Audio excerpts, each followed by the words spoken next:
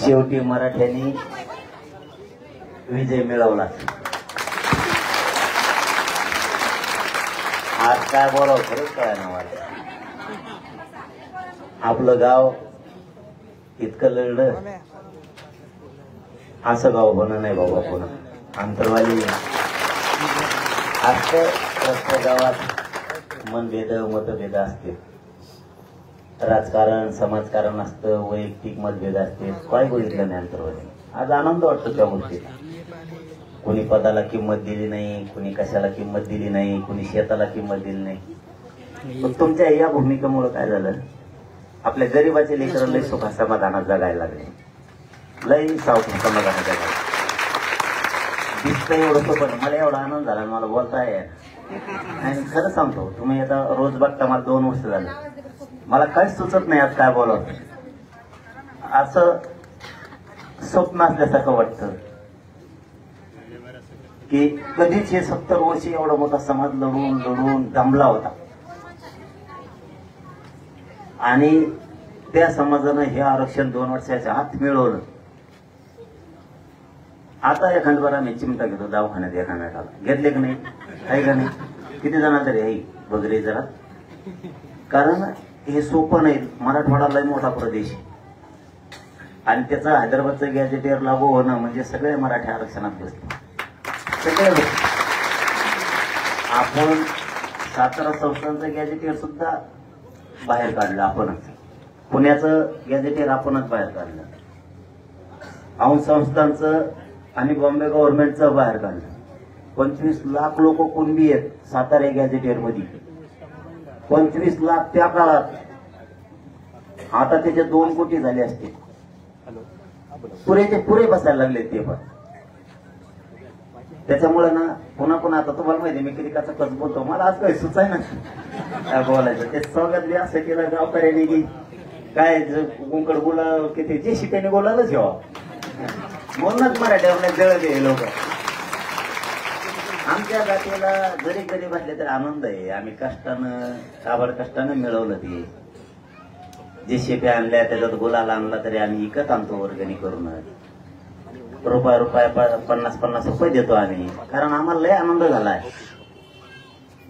काही जण काही बोलते त्यांच्याकडे दुर्लक्ष करायचं.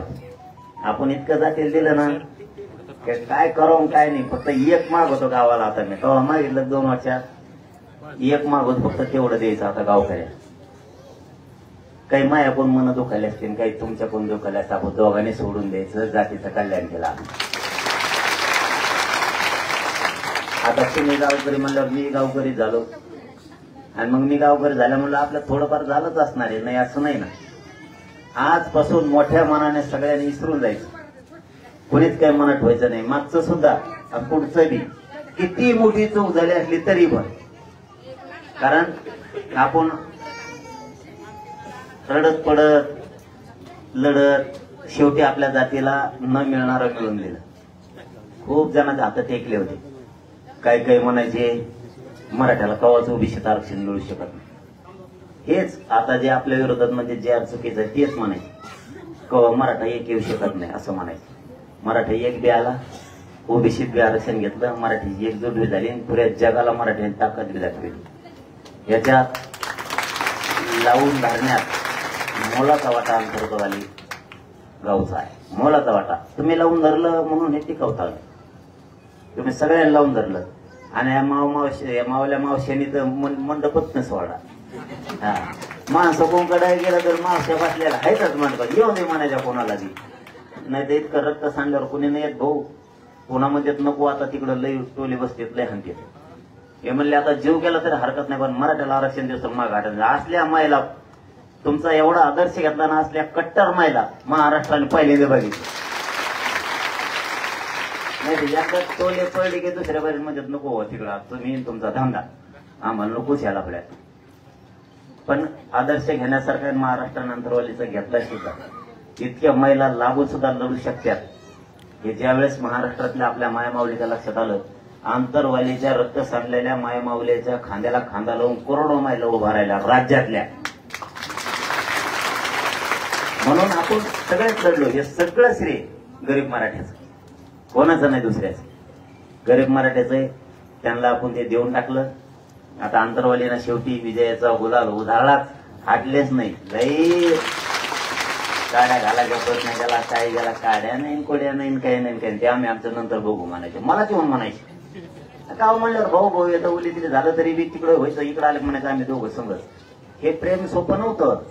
आज मी स्पष्ट बोलायला लागलो, ते हे सोपं नव्हतं. नसता मग एकामेका डवची केली का ते मग असे जाऊन तिकडं तू प्लस बघ तिकडे आम्ही नाही हे म्हणायचं नाही. त्या पाटलासाठी आणि त्या आरक्षणासाठी आम्हाला जायचं तिथं. तो अनुभव जमत नसलं तरी एका कोपऱ्याला बस. लय मोठा आदर्श दिला अंतरवलीनं महाराष्ट्राला, लय मोठा.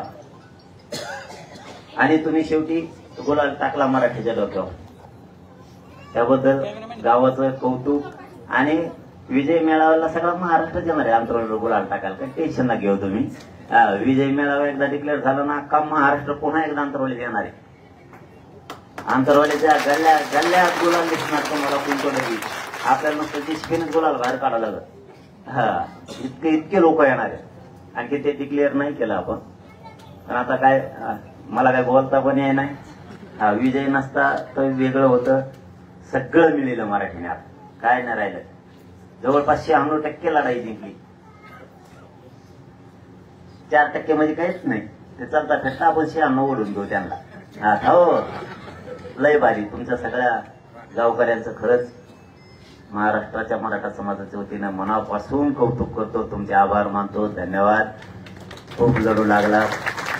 आता बाकीचं तर काय बोलायचं नाही मला. या व्यासपीठावर पहिल्यांदा या व्यासपीठावर गुलाल पडलाय मराठ्यासाठी. खूप कल्याण झालं आपल्या जातीचं. फक्त मराठा समाजाला अंतरवलीतून एकच संदेश देतो, समज गैरसमज ठेवायचा नाही. JR निघाला म्हणजे मराठी आरक्षणात गेले. थोडा वेळ लागल. आपण जरी एखादी जमीन वावर विकत घेतलं तरी बी आपल्याला त्याच्यात आऊत हाणायला लागल, नांगर हाणायला लागल. उन्हाळा आहे तर पाऊस पडूस तर वाट बघावं लागल. मग आपल्याला पाऊस पडल्यावर त्याच्यात कापूस लावता येईल किंवा पेरता येईल अशी सिस्टम असते. तुम्ही जर उन्हाळ्यात जर त्या ढेकळातच टाकलं तर जळून जाईल. त्याच्यामुळं JR निघाला. मराठवाड्यातले 100% आरक्षणात जाणार, पश्चिम महाराष्ट्राला जाणार. आणि महाराष्ट्रातले पण राहत नाहीत. परत म्हणजे पश्चिम महाराष्ट्र मराठवाड्यात चालला काय. शिंदे समिती महाराष्ट्रभर काम करते. त्यामुळे विदर्भ, खानदेश आणि कोकणातला सुद्धा मराठा राहणार नाही. ती जबाबदारी आणखीन माझ्यावर आहे. तुम्ही काही टेन्शन घेऊ नका ते. बाकी जर का आता काय मागं पुढे झालं ना, पहिल्यासारखंच होणार आहे. बंद गावात यायचं महाराष्ट्रभर. एका मंत्र्याला नेत्याला फिरून देत नाहीत मराठी महाराष्ट्रात कुठंच. त्यामुळे तुमचं पुन्हा एकदा मनापासून कौतुक करतो गावकऱ्याचं. तुमचं मनापासून आभार. आता तर काय बोलायलाच काही नाही, त्याच्यावर बोलावं तरी काय. आरक्षण मिळालं त्याच्यामुळं आरक्षण कसं काय देत नाही असं म्हणावं दिलंय मी, काही कळलं ना.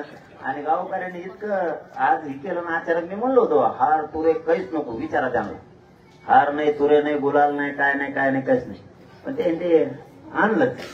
त्याच्यामुळे लय भारावून गेल्यामुळे जास्त बोलता येणार. आणि बोलायचं असलं उद्या बोलव. आज लयच भारावून गेलो मी. आनंद इतका झाला मला की आरक्षण मिळाल्यामुळं लय आनंद झाला.